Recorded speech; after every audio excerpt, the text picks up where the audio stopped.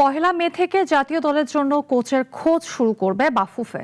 জাতীয় দল ব্যবস্থাপনা কমিটির সভা শেষে এমনটি জানিয়েছেন বাফুফের সদস্য আমিরুল ইসলাম বাবু। এ সময় তিনি আরও জানান, জুনে শক্তিশালী দলের বিপক্ষে ম্যাচ আয়োজনের পরিকল্পনা করছে বাফুফে। হামজা, সমিত, মোরসালিনদের নিয়ে গড়া বাংলাদেশের বর্তমান জাতীয় ফুটবল দলটা অত্যন্ত সম্ভাবনাময়, অথচ এশিয়ান কাপ কোয়ালিফায়ারে প্রত্যাশা মাফিক ফল আসেনি। হামজায় ভর করে লড়াকু ফুটবল খেললেও প্রাপ্তি মাত্র এক ম্যাচে জয় আর 2 ড্র।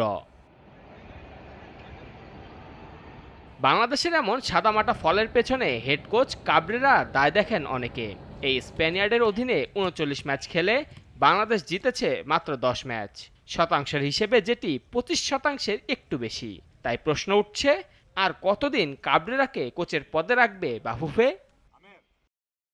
শনিবার টিম ম্যানেজমেন্ট কমিটির এক সভা থেকে জানা গেছে, কাবরেরার সঙ্গে আর চুক্তি নবায়ন করবে না বাফুফে।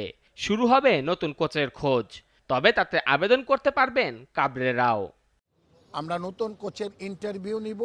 সেই ক্ষেত্রে নতুন কোচ যদি ইন্টারভিউতে প্রয়োজনের পরিপ্রেক্ষিতে কাবরেরাও ইন্টারভিউ দিতে পারবে।